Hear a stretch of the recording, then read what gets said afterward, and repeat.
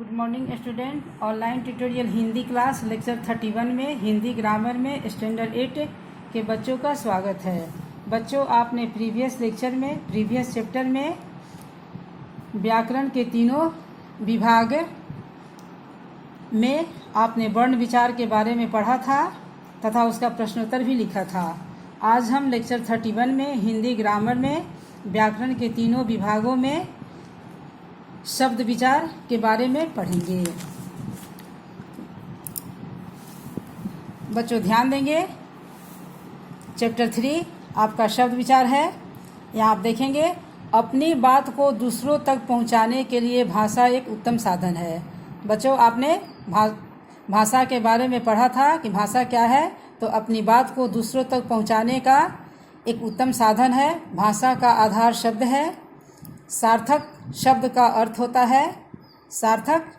अर्थ होता है इस शब्द में किसी पदार्थ या भाव का बोध होता है।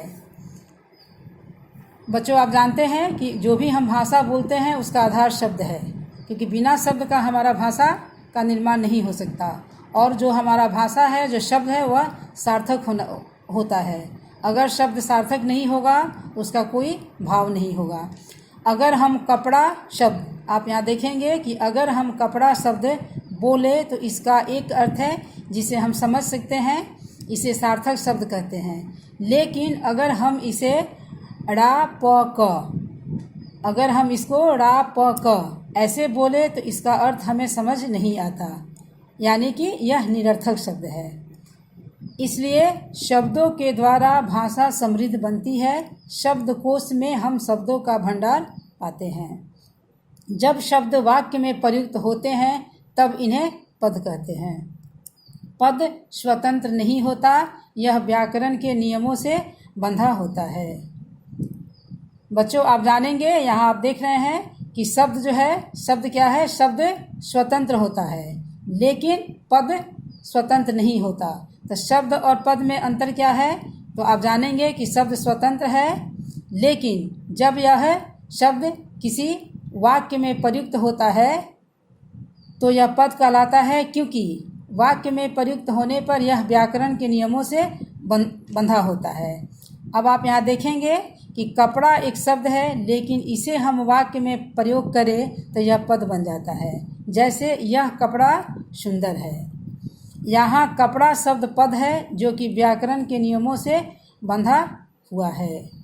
यहाँ कपड़ा शब्द पद है, यहाँ व्याकरणों के नियम से बंधा हुआ है। तो इसमें अगर आप कपड़ा का व्याकरणिक परिचय देंगे, यहाँ पर कपड़ा आपका क्या हो जाएगा, जातिवाचक हो जाएगा। यह संज्ञा हो गया, यह आपका जातिवाचक हो जाएगा। इसलिए इसमें आपका यह व्याकरण के नियमों से बंध गया। लेकिन अगर हम अलग कपड़ा लिखते हैं एक शब्द, तो यह स्वतंत्र है, यानी कि यह कपड़ा है, कोई भी कपड़ा। अब आप यहाँ देखेंगे कि शब्दों का वर्गीकरण, यानी शब्दों का वर्गीकरण निम्नलिखित आधारों पर किया गया है। पहला है आपका उत्पत्ति के आधार पर, दूसरा है रचना यानी व्युत्पत्ति के आधार पर, तीसरा है अर्थ के आधार पर, चौथा है प्रयोग के आधार पर। अब हम सबसे पहले शब्दों का वर्गीकरण उत्पत्ति के आधार पर पढ़ेंगे कि उत्पत्ति के आधार पर शब्द के कितने भेद हैं। तो उत्पत्ति के आधार पर शब्दों के 4 भेद होते हैं।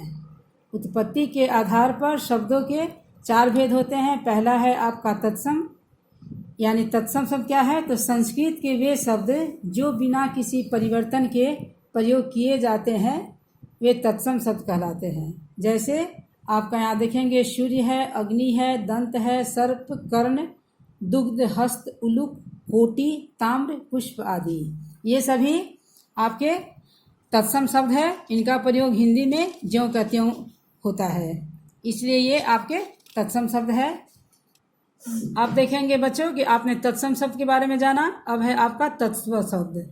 तद्भव शब्द क्या है, तो संस्कृत के जो शब्द अपना रूप बदलकर हिंदी में प्रयुक्त किए जाते हैं वे तद्भव शब्द कहलाते हैं। जैसे यहाँ देखेंगे सूरज।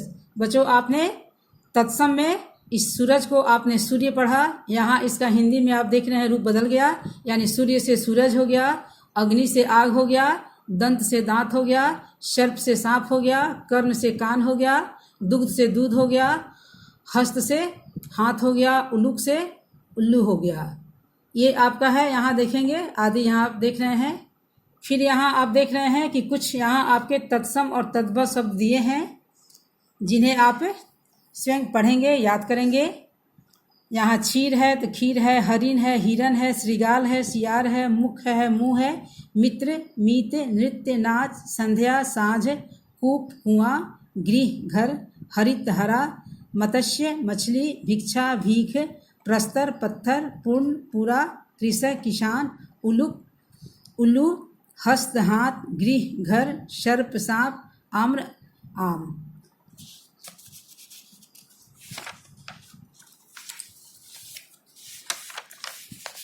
अब बच्चों आप देशज शब्द देखेंगे। देशज शब्द क्या है? तो जो शब्द हिंदी की लोक भाषा यानी कि हिंदी प्रदेश की आम बोलचाल से आए हैं। आपने बच्चा भाषा चैप्टर में आपने एक भाषा में उपभाषा भी पढ़ा था। आप बोली पढ़ा था, आपने बोली के बारे में आपने पढ़ा था कि बोली क्या है? एक किसी विशेष क्षेत्र के अंतर्गत बोले जाने वाली भाषा है और उस भाषा का जब हम आप प्रयोग करते हैं हिंदी में तो वह उपभाषा कहलाती है।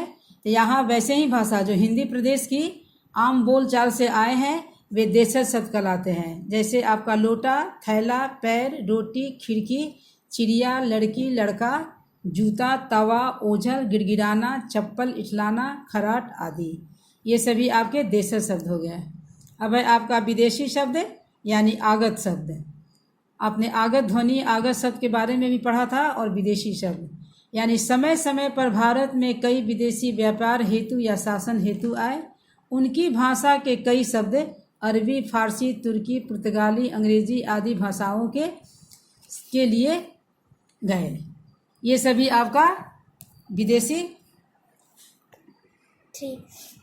तो बच्चों आपने देशज शब्द के बारे में पढ़ा कि वे शब्द जो लोक भाषा के हिंदी प्रदेश की आम बोलचाल से आए हैं वे देशज शब्द कहलाते हैं। अब आप विदेशी शब्द पढ़ेंगे यानी विदेशज कि समय समय पर भारत में कई विदेशी व्यापार हेतु या शासन हेतु आए, उनकी भाषा के कई शब्द अरबी, फारसी, तुर्की, पुर्तगाली, अंग्रेजी आदि भाषाओं के लिए गए।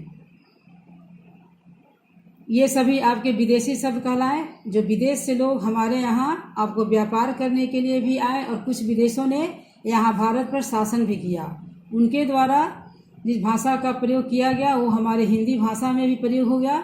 ऐसे ही शब्द आपके विदेशज कहलाते हैं। उसमें आपका फारसी से है यानी अफसोस, शिकायत, गिरफ्तार, दुकान, आराम, पजामा, जानवर, सौदा, नमक, आतिशबाजी, आमदनी, अंगूर, अंजीर, चश्मा, चलाक, ताज़ा, शोर आदि। ये सभी फारसी हैं।